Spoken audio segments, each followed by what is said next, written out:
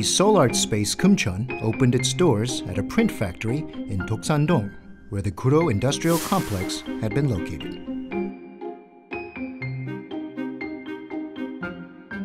It is where visual artists chosen through a contest are bringing their wildest ideas into reality.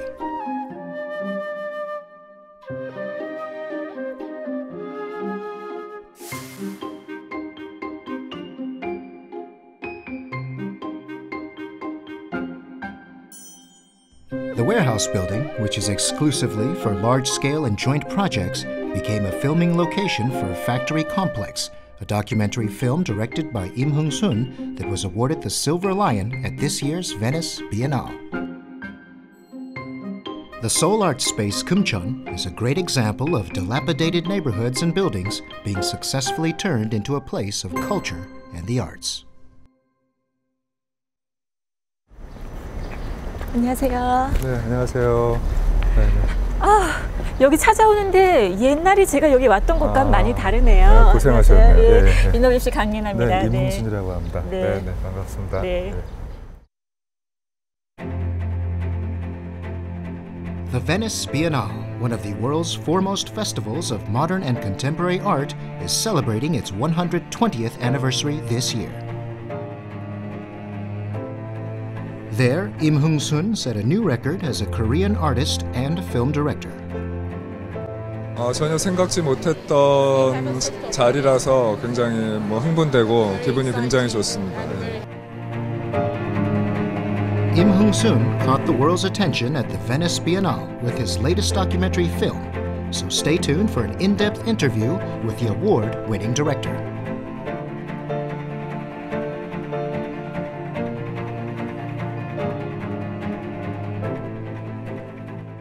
저는 지금 금천예술공장에 와 있는데요. 여기서 작가님께서 그간 좀 작업을 해오지 않으셨습니까? 네. 여기 간략하게 좀 소개 좀 해주시죠.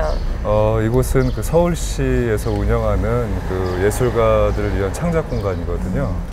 그래서 한 서울시에 9개 공간이 있는데 그중 한 곳이고요. 제가 여기서 2010년부터 12년까지 2년 동안 네. 작품 활동을 했던 곳입니다. 네.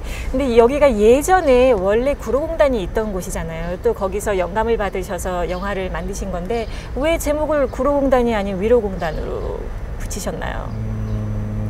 이 영화가 이제 구로공단 여성 노동자들로부터 인터뷰를 시작을 했지만은 그 이후에 이제 현재 다양한 노동을 다루고 있기 때문에 단순히 이제 구로공단이라는 제목은 좀 맞지 않았고요.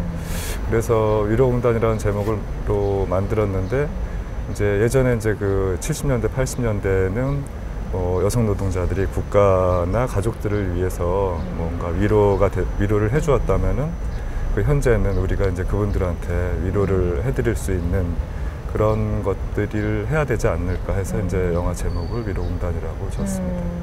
그동안 활발한 미술 활동을 하셨는데 미술제에서는 영화로 상을 받으셨습니다. 이제 감독님을 미술 작가라고 해야 될까요? 영화 감독님이라고 해야 될까요? 현대 미술에서는 굉장히 그 장르가 다양하고 또 이제 크로스되는 부분이 많아가지고 한국은 좀 덜한데 외국 같은 경우는 이제 영화도 하면서 미술 작가도 하고 이런 경우가 굉장히 흔하거든요. 그래서 저 같은 경우는 이제 한국에서는 흔하지 않지만은 이 두 장르를 오고 가면서 하고 있기 때문에 미술 작가이면서 영화 감독이라고 불러주시면 될 것 같습니다. 들어가서 정말 본격적으로 한번 말씀을 나눠보도록 하겠습니다. 알겠습니다. 네. 예.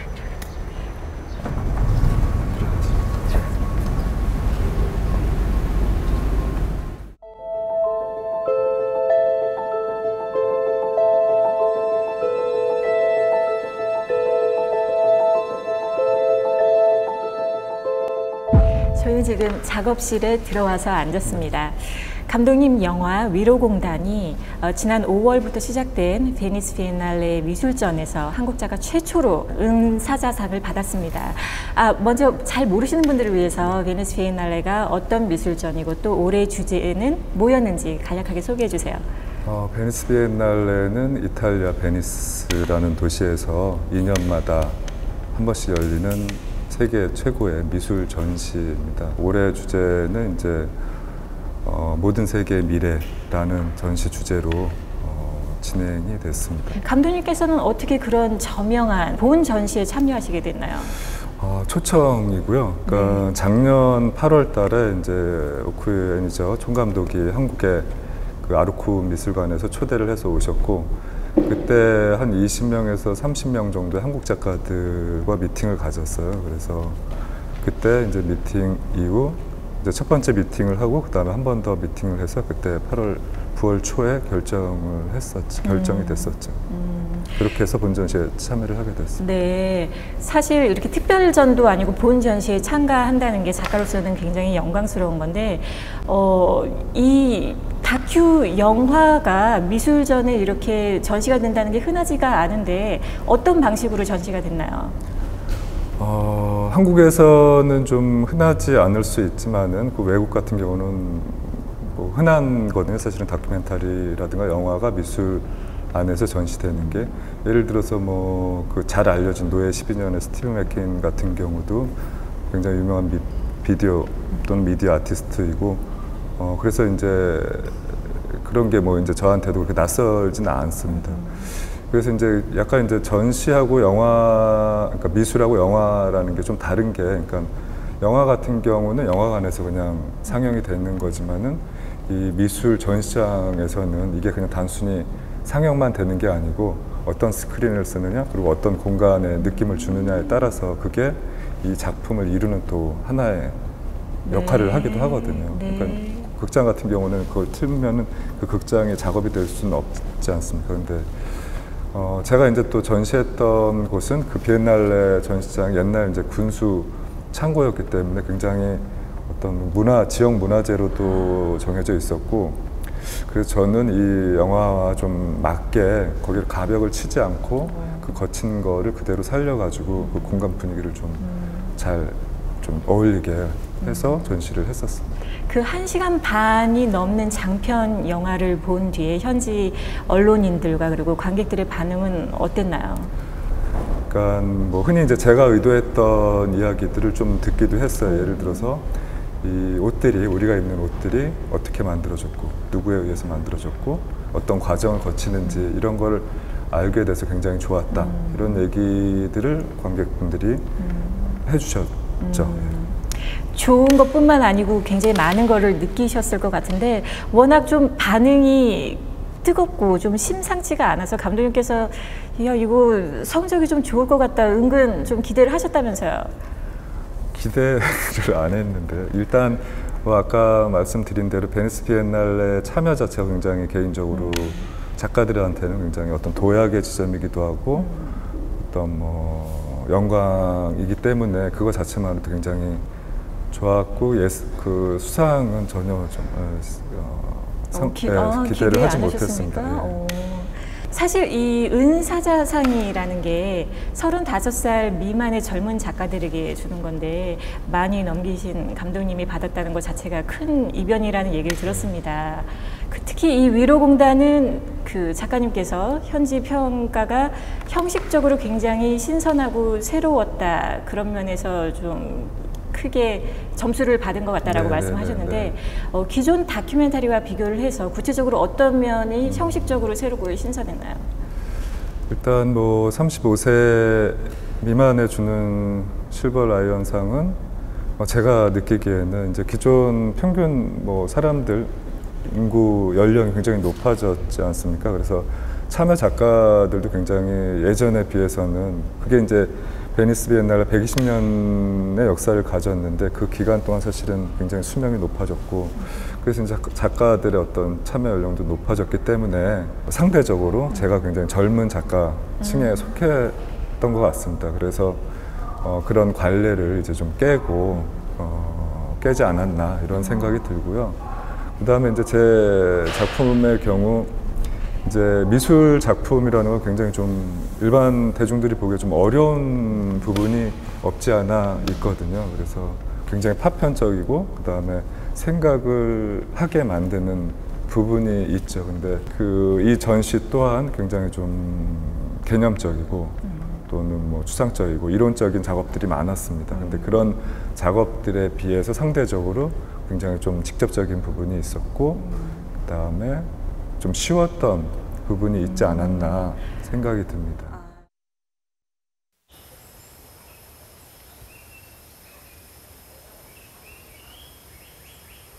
From Korea to Cambodia and Vietnam, Im Hung-sun traveled across Asia to document women's labor history spanning some 40 years.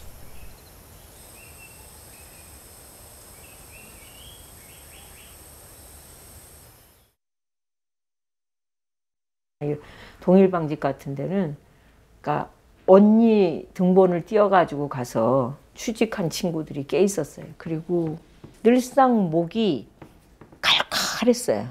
먼지 때문에. 야, 이게 지옥 같다는 생각이 들어가. 지옥 같다. 왜냐하면 이제 들어가는데 막 어둠 침침해가지고 그냥 막 쉰내가 나는 거. 이제 오래됐으니까 쉰내가 나고 막 먼지가 막 너덜너덜너덜하고 또 옆에서는 문을 다 이렇게 이제 칸막이가 됐는데도 막 그 기계에서 나오는 소리 때문에 이제 막 말이 안 들리니까 호루라기로 다 소통을 하고.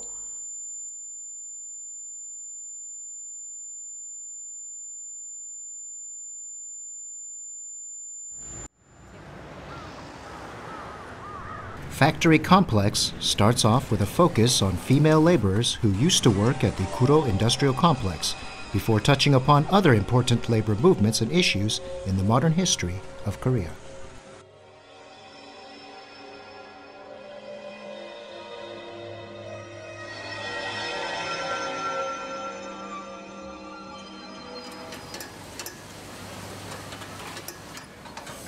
It also turned people's attention to the labor conditions for women in other parts of Asia, including Cambodia and Vietnam, that are known for their low-wage labor markets.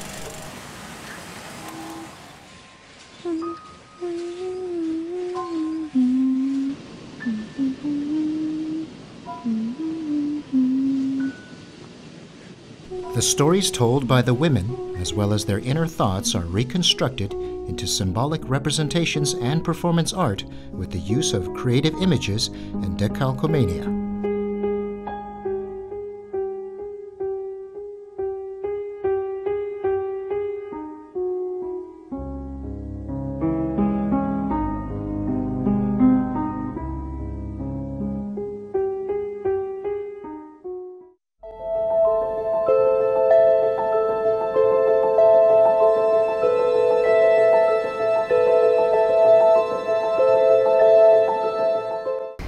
이제 본격적으로 위로공단 얘기를 해볼 텐데요. 2010년 여기 금천예술공장 작가들의 레지던트 공간에 지원을 하시면서 이 지역의 역사를 좀 짚어보게 되고 구로공단의 말씀을 들었습니다. 그리고 영감을 얻으셨는데 언제 결정적으로 이 얘기를 좀 해야 되겠다 그렇게 결정을 하신 건가요?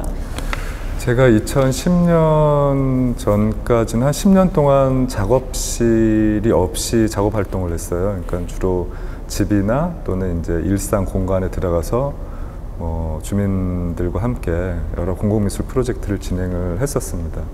그 이후에 이제 2010년도에 이곳을 지원 신청을 했고 입주를 하게 되었거든요. 근데 이제 저 같은 경우는 이제 제가 어느 곳에 들어가 있느냐 그리고 또 어떤 사람들을 만나느냐에 따라서 작업 컨셉이 정해지기 때문에 물론 이제 여기 들어오기 전에 이제 이 금천 예술공장이 있던 자리에 예전이 어떤 구로공단이었고 또 구로공단에서 일했던 여성 노동자들에 대해서 얘기를 좀 하고 싶었죠. 그래서 들어오면서 그런 부분을 생각을 했고 그 이후에 이제 직접 바로 이제 그 작업을 하진 않았고 여기 이제 금천구 지역 주민들과 함께 어떤 지역의 현재 지역의 이야기를 천천히 풀어 나가면서 기획을 하게 됐습니다. 아무래도 이 베니스 비엔날레 전에서 은사자상을 받으셨기 때문에 많은 분들이 더욱 이 영화 내용이 궁금해 하실 텐데요. 전 물론 봤습니다만 모르시는 분들 위해서 간략하게 소개 좀 해주시죠. 이제 그 구로공단에서 일하셨던 여성 노동자 5분 인터뷰를 시작으로 해서 그 이전에 동일방직, 그다음에 청계천, 했던 예전 그 육체적인 노동에 종사하셨던 분들을 인터뷰를 시작을 했습니다. 그 이후에 아무래도 이제 과거의 노동의 모습, 일했던 것들, 이야기들을 하는 것도 중요하지만 그게 현재까지 어떻게 이어져 오는지 그리고 어떻게 변화되는지 이런 부분들을 좀 보여주기 위해서 현재 어떤 감정노동으로 대표될 수 있는 뭐 대형마트 또는 뭐 콜센터, 그리고 항공승무원까지 좀 광범위하게 좀 다룬 영화입니다.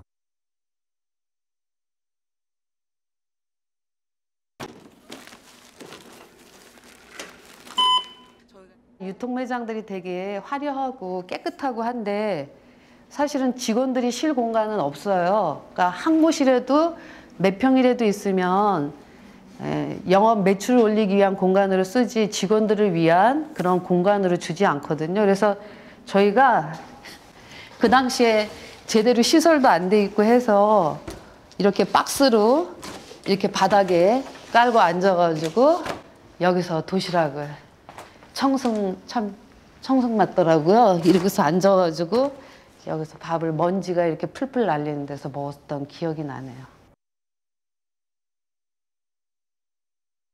일을 해야 돼요. 내가 살기 위해서 일을 해야 되잖아요. 그래서 일을 해요. 진짜 열심히 해요. 그러니까 내 인생을 다 투자해서 소모하면서 일을 해요. 근데 그러니까 일을 해도 가난하다는 거죠.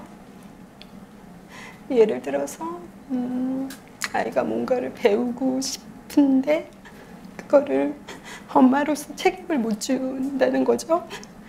내 가정과 내 부모와 이런 뭐 사회의 어떤 부분들을 책임지면서 살아가고 싶은데 그게 안 된다는 거죠. 처음 국제선 장거리를 갔는데 12시간 서 있었어요. 비행기 안과 일반 이렇게 평지에선 12시간 가면 4배의 에너지가 소모가 된대요. 후배들한테는 그랬어요. 오늘은 너희가 무대에 선 연극인이다. 너는 무대의 주인공이고 나머지 승객들은 관객이라고 생각을 해라. 그래서 프로답게 최선을 다해라. 좌석 벨트 사인이 켜지면 반드시 벨트를 매주시기 바랍니다. 어떤 분 같은 경우는 그게 이제 70년대, 80년대, 90년대 어떤 여성 노동사를 굉장히 잘 다룬 영화다 이렇게 소개를 하고 있지만은 저 같은 경우는 단순히 이제 노동 영화라든가 여성 영화라든가 뭐 인권 영화 이런 게 아니고 어떤 이분들, 그러니까 인터뷰를 해주신 분들의 어떤 그러니까 일과 노동에 대해서 신념을 가지고 굉장히 신념에 일종의 뭐 신념에 관한 또는 인간의 어떤 존엄성 또는 우리에게 일이란 무엇인지에 대한 질문 같은 영화다 이렇게 좀 소개를 해드리고 싶습니다. 네. 이 위로공단이 여공, 여성 스튜어디스 그리고 뭐 여성 근로자들 이렇게 온전히 여성의 시각에 초점이 맞춰져 있는데 이 영화에 대해서 감독님께서 모든 어머니들과 여성들에게 위로를 드리며 영화를 바친다 이렇게 말씀을 하셨습니다. 그 영향은 아무래도 어머님과 여동생 분의 좀 영향이 있었죠? 네네. 사실 이제 뭐 어머님과 여동생, 그러니까 40년 넘게 그 봉제 공장, 그러니까 시다 생활을 해오셨거든요. 이제 그런 부분과 그다음에 이제 여동생 같은 경우 이제 냉동 매장이라든가 백화점 의류 매장에서 일을 오랫동안 해왔어요. 그래서 이제 그런 부분들에 대해서 좀 영감을 받았고 단순히 이제 영감을 받았다라는 것은 그게 이제 소재 차원에서 작품을 풀어나간 게 아니고 제가 이제 학교를 다닐 때 뭐 이제 한참 뭐 중학교나 고등학교를 사춘기 때 부모님, 그러니까 아버님 같은 경우는 이제 빨리 뭐 공고라든가 직업을 배워서 그러니까 기술을 배워서 돈을 취직해서 돈을 벌어라 이렇게 얘기를 하셨지만은 어머님 같은 경우는 이제 네가 하고 싶은 걸 해라 이렇게 얘기를 해주셨거든요. 그래서 가정이 그렇게 뭐 풍족하진 않았지만은 제가 이제 뭐 학교를 다닐 때 뭐가 필요하다 이렇게 말씀을 드리면 어쨌든 제가 그걸 구할 수 있는 입장이 아니었기 때문에 어머님은 이제 직장에 가서 미리 이제 월급을 받는 가불이라고 하거든요. 가불을 해서 주시거나 또는 이제 그게 안 되면은 이웃집에서 돈을 꿔서 저한테 주셨거든요. 그래서 이제 그런 것들이 굉장히 뭐 풍족하다라기보다는 그렇게 해주려고 하는 어떤 감정이나 심정 이런 마음들이 굉장히 계속 남아 있는 것 같아요. 그리고 동생 같은 경우도 그렇고 제가 이제 작업을 하면서도 이제 어머님이나 여동생이나 이제 형수님 같은 경우는 이제 제가 하는 일에 대해서 굉장히 지지하고 응원해 주셨거든요. 그래서 이제 그런 부분에 대해서 일종의 이제 감사를 드리고 싶은데 이걸 가족 차원이 아니라 좀 더 사회적인 차원으로 좀 넓은 차원으로 좀 감사와 고마움을 좀 전해주고 싶은 그런 부분이 있어서 이제 여성에 초점을 맞춰가지고 진행을 하게 됐습니다. 그리고 이 위로공단이 한국을 넘어서 더 나아가 아시아 여성 노동자들의 이 열악한 현실을 적나라하게 고발을 했는데요. 감독님께서 비판하고 싶은 대상은 누구이고 또 무엇입니까? 저는 이 영화가 어떤 대상을 두고 고발하거나 비판하는 영화라고 생각하지 않습니다. 이거는 어떻게 보면은 그 노동이나 이 일이 어떻게 변화됐는지 또 어떻게 한국에서 했던 것들이 또다시 반복되고 있는지 그거를 바라보는 어떤 대중들, 시민들, 관객들의 어떤 일에 대한 인식을 좀 생각해 봤으면 하는 의도가 큽니다. 사실은 뭐 노동자뿐만이 아니고 기업을 운영하는 분들 굉장히 어려운 부분이 있거든요. 근데 이제 그런 것들이 저는 뭐 어느 대상을 비판하는 건 아니고 뭐 어렸을 때 이런 교육을 많이 받지 않습니까? 그러니까 직업에는 귀천이 없다라는 교육을 받는데 실질적으로 이제 사회에 나오면 그게 전혀 무의미해지는 네. 그래서 이제 그런 것들을 좀 더 한번 다시 생각해 볼 수 있는 기회가 됐으면 좋겠다라는 의도가 크죠. 네, 이 위로공단은 워낙에 스토리텔링이 인터뷰로 되어 있기 때문에 인터뷰 다큐멘터리다 이런 말이 있는데 그런 형식을 선택하신 특별한 이유가 있으신가요? 일단은 많은 작품들이 이제 작가나 감독의 이야기 또는 구성으로 만들어지거든요. 근데 이제 저 같은 경우는 어떤 제어의 얘기나 이야기보다는 이분들의 어떤 이야기를 최대한 어떤 식으로 좀 잘 전달할 수 있을까 이거에 좀 많은 고민을 합니다. 근데 단순히 그냥 이 이야기를 직접적으로 전달을 하는 게 아니고 이 이야기를 어떻게 하면은 공감을 제가 하고 하느냐에 따라 다르기 때문에 공감을 하고 어떤 식으로 이제 표현을 해서 상대방이 좀 더 설득력 있게 아니면 최대한 다가갈 수 있게 하느냐 이런 고민들을 굉장히 많이 하죠. 표현 방식이라든가 이런 것. 그 인터뷰에 나왔던 21분 외에 2년의 제작 기간 동안 65분이 출연하시고 인터뷰를 하셨습니다. 네. 인터뷰를 하시면서 가장 좀 기억에 남는 특별한 에피소드가 있으신가요? 한 분 한 분 이야기를 들을 때마다 굉장히 어떤 이분들이 살아오신 삶이나 이 일에 특히 이제 그 일에 대한 어떤 제가 경외감 같은 걸 느끼거든요. 물론 동시에 이제 안타까움도 굉장히 많이 느끼죠. 이제 뭐 한 분을 예를 들자면 이제 그분은 이제 인천 그 동일방직 누드 시위 당시에 이제 동일방직에서 일을 하셨던 분입니다. 근데 그분하고 인터뷰를 할 때 그분의 살아오신 이야기를 할 때 굉장히 어떻게 저도 감정을 추스리기가 좀 힘들더라고요. 근데 저는 촬영을 해야 됐고 했기 때문에 이제 감정을 억제하면서 끝까지 촬영을 했는데 이제 조 감독이나 이제 선생님은 이청각 선생님은 굉장히 좀 우시기도 하셨고 근데 이제 그게 끝난 다음에 한 2시간 후 제가 이제 집으로 돌아가는 길에 강변북로에서 이제 그 생각을 이렇게 다시 막 떠오르더라고. 그러면서 굉장히 차 안에서 혼자 굉장히 펑펑 울었던 기억이 있습니다. 네. 뭐 지금 생각해도 굉장히 그 선생님의 이야기는 뭐 굉장히 저만 느낄 수 있는 어떤 살아오신 뭐 역사이기 때문에 지금도 뭐 가슴이 좀 먹먹한 부분이 있죠. 네.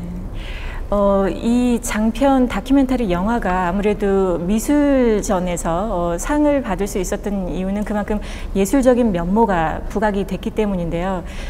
영화 처음 도입부부터 시작을 해서 중간중간에 이 자연의 이미지라든지 어린 자매의 뒷모습, 또 후반부에는 좀 중년의 여성 모습, 뭐 거울에 비친 모습, 이런 이미지 컷들이 좀 들어가는데 그건 어떤 의미인가요? 아까 이야기 드린 대로 이제 이 인터뷰 말을 그대로 전달을 하는 것과 그 다음에 인터뷰 얘기 속에 그러니까 정보적인 또는 지식적인 차원이 아니고 얘기를 하면서 얘기 못하는 것들이 더 많다고 생각을 하거든요. 그러니까 그거는 얘기를 안 하는 것도 있고 또 못하는 부분도 있을 거라고 생각을 해요. 그리고 또 본인은 또 모르는 어떤 내면 세계 것들이 있다고 생각을 하거든요. 그래서 어떻게 보면은 그 인터뷰 정보가 나가면서 동시에 그 말로서 못다 한 이야기들을 제가 다시 재구성해서 보여주는 시기죠. 예를 들자면은 당시 일을 할 때 그 공장에 굉장히 많은 먼지들과 그 뭐 실타래들이 굉장히 많아서 귀나 눈에 막 많이 들어왔다, 입으로.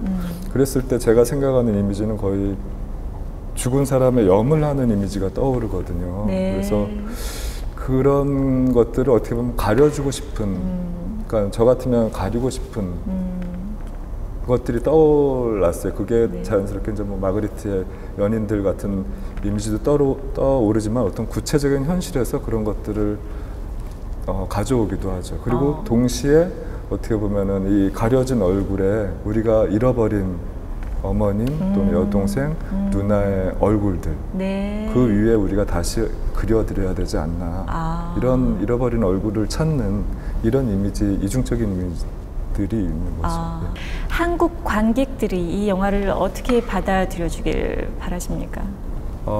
우리가 이제 현재 그 직장에서 일을 하시지 않습니까? 그래서 그 일이라는 의미가 어떤 의미인지 이런 것들을 좀 생각해 볼 수 있는 시간이 되지 않을까 생각을 합니다. 예를 들자면은 뭐 이 영화를 통해서 아까 말씀드린 대로 이 옷이 어디서 누구에 의해서 어떻게 만들어지는지 이런 과정을 알면은 단순히 이걸 과정을 안다고 뭐가 바뀌는 건 아니지만은 그런 과정을 통해서 이제 우리 또한 어떻게 이제 현재 위치에서 어떤 일을 하고 있으며 또 어떻게 살아야 되는지 이런 것들을 보게 된다고 생각을 하거든요. 그래서 가능하면 이제 뭐 20대, 30대 이제 직장인들 또는 취업을 준비하는 분들이 많이 보시고 앞으로 어떤 일을 그리고 어떤 일을 이제 만들어 나갈 수 있을지에 대한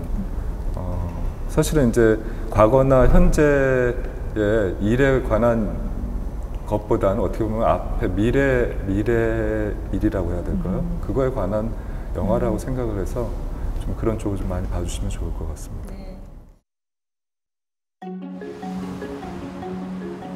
A special premiere of Factory Complex was held in Seoul in July before its official release throughout the country. The event attracted countless people who couldn't wait to see the documentary that was honored with the Silver Lion Award at the Venice Biennale this year.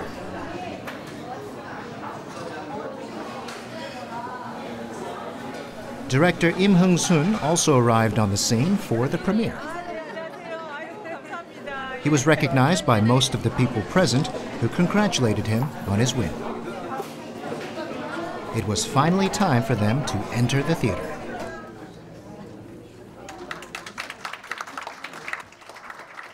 바쁘신데도 불구하고 그렇게 영화를 보러 와주셔서 대단히 감사드립니다. 과거에서 현재까지 이르는 여성 노동을 다룬 영화고요.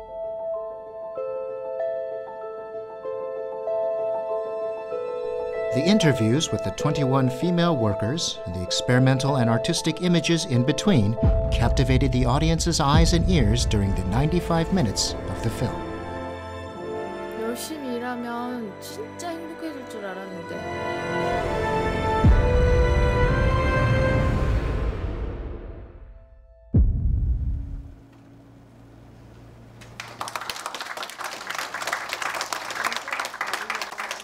노동자들에 대해서 어떤 평가도 하지 않고 그들의 이야기를 담았거든요. 그냥 해석 없이 어떤 해석도 하지 않고 담았거든요. 내가 하고 싶은 이야기를 다 할 수는 없지만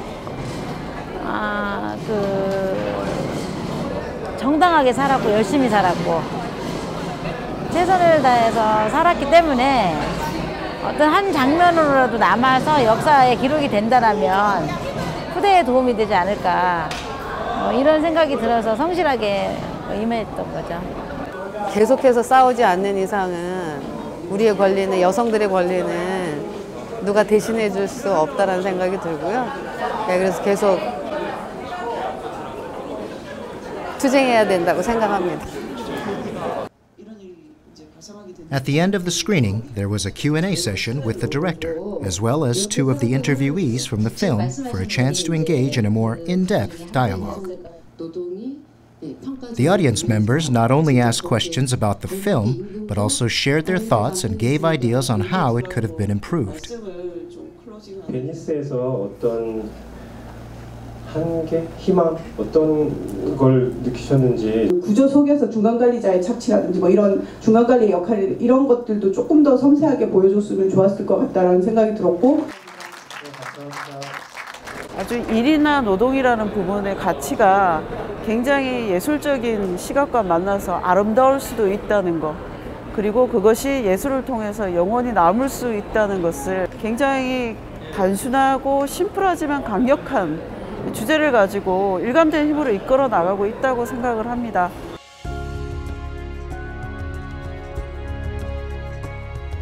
Director Im was inspired to turn people's attention to the hardships faced by female laborers because of his mother and younger sister.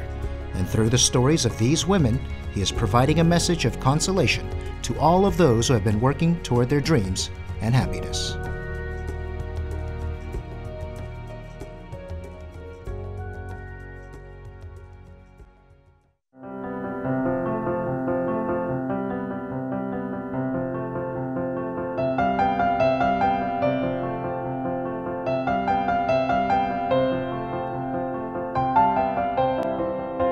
좀 분위기를 바꿔서 감독님 예전 얘기를 좀 해볼까 하는데요. 감독님께서는 원래 대학 그리고 대학원 다 회화를 전공을 하셨는데 영상 쪽으로 오셨습니다. 왜 그러셨나요? 학교 다닐 때는 주로 이제 페인팅, 그림을 그렸었거든요. 그러다가 우연히 이제 학교에 있는 카메라를 가지고 부모님이 제 집과 형 집을 처음으로 이제 가시는 과정을 찍었어요. 근데 이제 거의 홈비디오 형식으로 찍었었죠. 근데 찍고 나서 이제 나중에 이제 다시 보기를 하니까 제가 이제 그동안 보지 못했던 풍경들, 집이라든가 동네 풍경들이 보였고, 그 다음에 이제 어머님의 뭐 주름살, 아버님의 어떤 표정 이런 것들이 굉장히 생생하게 보이더라고요. 그래서 이게 현실하고 이걸 봤을 때 또 다르구나. 좀 그런 부분들을 느껴서 제가 하고 싶은 이야기는 아예 카메라가 더 즉각적으로 얘기할 수 있겠다. 그래서 붓을 대신해서 카메라로 그림을 그리자. 네. 이런 생각을 하게 됐습니다. 네, 그렇게 영상 매체의 가능성을 보시고 몇 편의 단편 영화를 거쳐서 첫 번째 장편 영화 비념을 만드십니다. 이 역시 이 제주도 4.3 사건, 뭐 대학살을 주제로 다뤄서 좀 무거운 영화인데 먼저 그 영화 소개부터 좀 해주시죠. 비념은 2009년 지금 이제 위로공단의 프로듀서인 김민경 외가댁을 방문하면서 기획을 시작을 했습니다. 그러니까 김민경 프로듀서 외할아버지가 4.3 때 돌아가셨거든요. 그래서 그 할아버지가 돌아가신 거를 찾고 알아가는 과정의 영화입니다.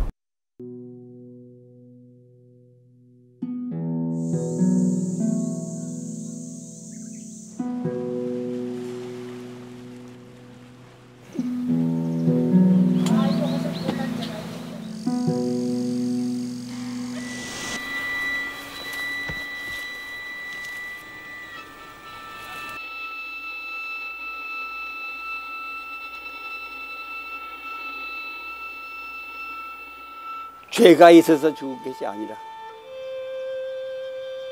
군인 경찰이 그냥 무죄가 나고 사람이면 다 죽여. 당신들은 대한민국 경찰이잖아요.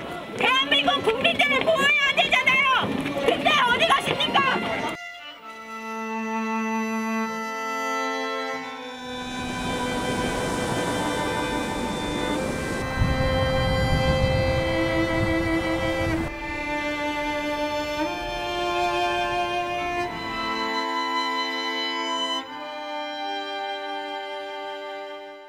비념이 사실 제주도 지역에서만 열리는 작은 굿판을 비념이라고 하잖아요. 네네네. 왜 제목을 비념으로 지으신 거죠? 비념이라는 의미는 이제 제주도에서 큰 굿은 굿이라고 하고 작은 굿, 그러니까 뭐 물 하나 떠놓고 이렇게 개인적으로 비는 거를 비념이라고 합니다. 근데 이제 제가 비념이라고 진 거는 물론 이제 국가나 뭐 도 차원이나 마을 차원에서 이 4.3의 의미를 찾고 새롭게 정의하는 것도 좋지만은 개인 한 사람 한 사람들, 뭐 제주도뿐만이 아니고 육지에서도 개인 한 사람 한 사람들이 그런 어떤 제주도의 역사를 알고 또 그 부분에 대해서 애도하고 돌아가신 분들에 대해서 그런 의미가 저는 더 크다고 생각을 하거든요. 그래서 어떤 작은 기도가 모아져서 큰 기도가 된다, 이런 의미에서 비념이라는 제목을 졌습니다. 영화 비념도 그렇고 위로공단도 그렇고 좀 보는 사람 관점에 따라서 좀 사회 비판적인 영화라고 볼 수도 있는데요. 감독님께서 세상에 전하고 싶은 말은 무엇인가요? 저는 그 두 영화가 공통점이 있다면은 그런 뭐 사회 비판적인, 아무래도 이제 사회 현실을 다루기 때문에 그렇게 볼 수도 있다고 생각을 합니다만은, 저는 기본적으로 두 영화가 인간 존중과 자기 성찰을 하는 그런 부분들 얘기하는 영화라고 생각을 합니다. 그리고 제가 하고 싶은 얘기는 사실은 어떤 일에 있어서 그러니까 억지로 하는 게 아니고 자기가 하고 싶어서 하고 선택해서 하고 자기가 무엇을 할 것인지 고민을 하는 게 가장 중요하다고 생각을 하거든요. 그래서 그런 생각들, 고민들을 좀 할 수 있는 그런 질문들을 하는 작품이라고 생각을 하고 있습니다. 감독님께서는 예술은 이 사회를 변화시키는데 실질적 도구가 되어야 된다, 이런 말씀을 하셨습니다. 정말 예술이 단순한 이 문제 제기를 넘어서 실질적으로 사회를 변화시킬 수 있는데 기여할 수 있다고 보시나요? 그러니까 실질적인 사회에 도움이 됐으면 좋겠다 라는 얘기를 많이 했습니다. 그래서 공공미술 같은 경우나 여기에서 진행했던 뭐 커뮤니티 아트 같은 경우도 실질적으로 시민들, 주민들, 대중들이 자기 표현을 할 수 있게 어떤 매개 제 역할을 했던 경향이 그래서 있던 거거든요. 그런데 이제 그런 것들이 저는 갑작스럽게 변화되거나 개혁되거나 이런다고 생각을 하지 않습니다. 아까 말씀드린 대로 서서히 인식이라는 건 굉장히 서서히 변화돼야 되는 부분이 있기 때문에 그래야만 또 그런 인식이라든가 시선이라든가 사고가 천천히 또 변하지, 갑자기 변한 건 또 갑자기 또 따라가게 되고 변하게 되거든요. 그래서 서서히 변화되고 이렇게 스며드는 어떤 인식, 관념 이런 것들을 만들고 고민하게 하는 작품을 만들고 싶습니다. The lost and forgotten faces of the female laborers are the faces of our mothers and sisters. In 1985, multiple labor unions joined forces for a strike for the first time in Korea, and this was the Kuro Joint Strike. Kang Myung-ja worked for Daewoo Apparel at the Kuro Industrial Complex at the time, and she is regarded as the quintessential common labor by director Im. 사실 이 전구 이런 거 누가 만들어요? 노동자가 만들어요. 왜 그런 노동자들을 멸시하고 무시하고 하는지.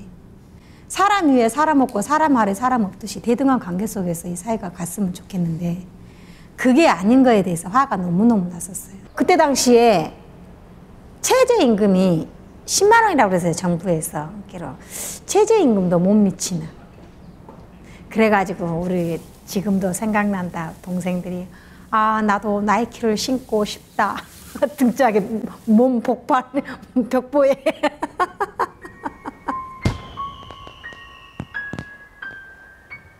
Through the documentary film, Factory Complex, director Im conveys thought-provoking messages.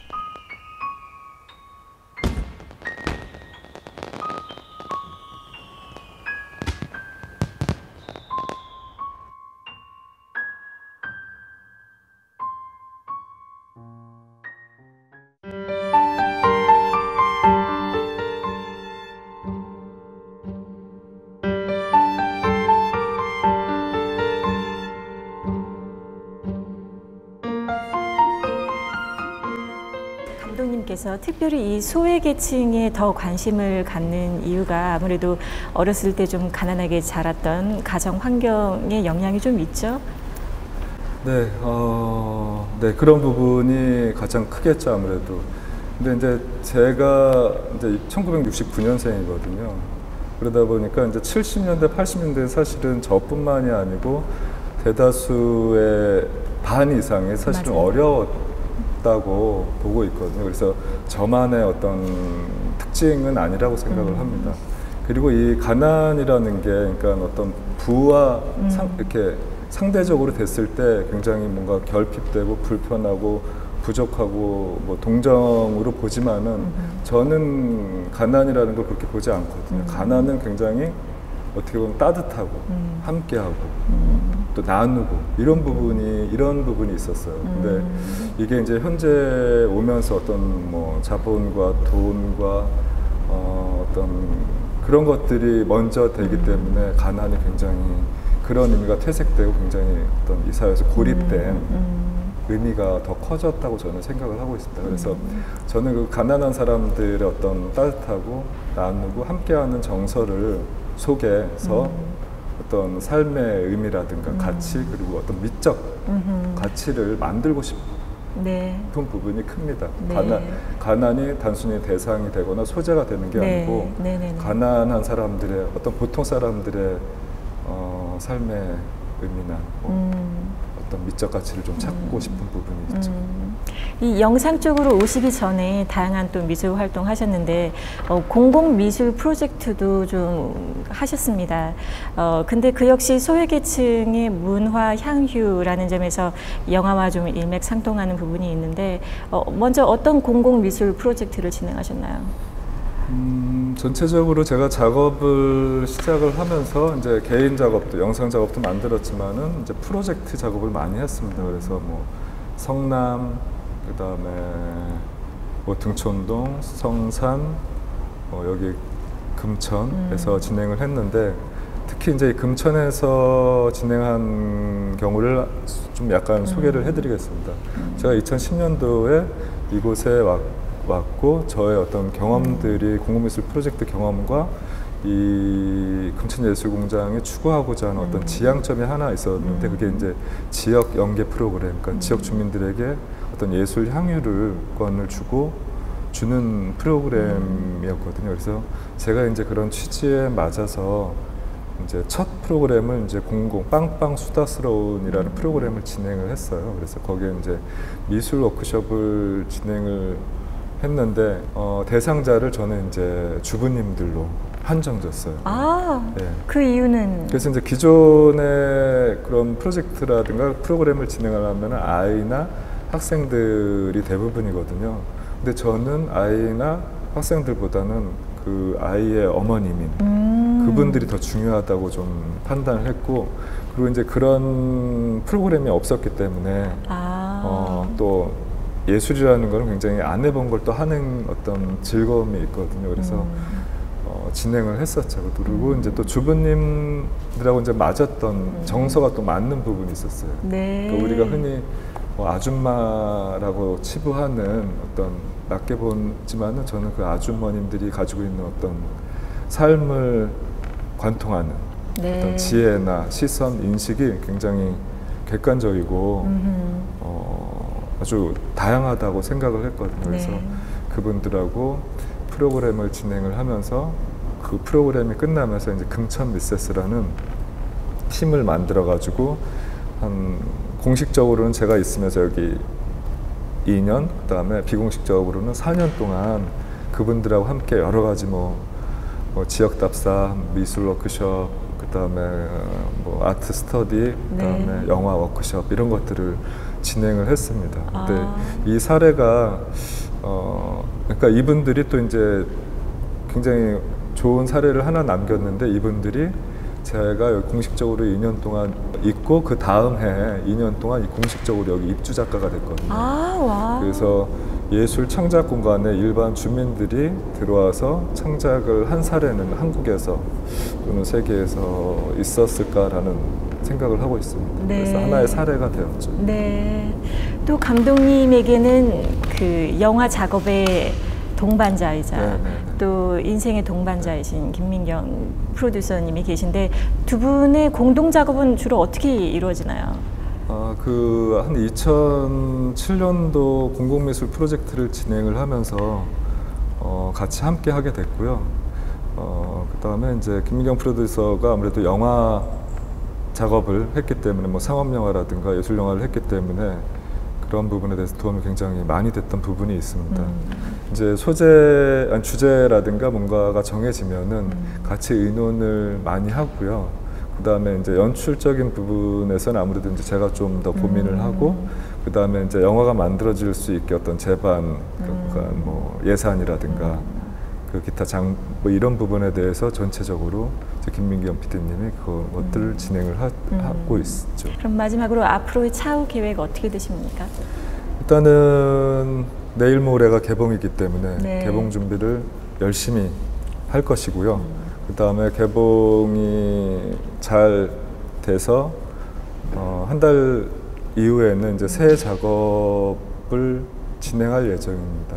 지금 두 가지 작품을 좀 준비 중이고 있는데 한 작품 같은 경우는 이제 비념 두 번째라고 생각을 하고 있거든요. 그래서 비념에서 얘기하지 못했던 거를 좀 더 좀 실험적이고 극영화 방식으로 좀 고민을 하고 있고요. 네. 그다음에 한 작품은 이제 좀 다큐멘터리 형식인데 아시아에서 일어났던 전쟁을 약간 여성의 시각으로 좀 새롭게 좀 풀어보고자 하고 있습니다. 그 두 작품을 좀 준비할 예정입니다. 네.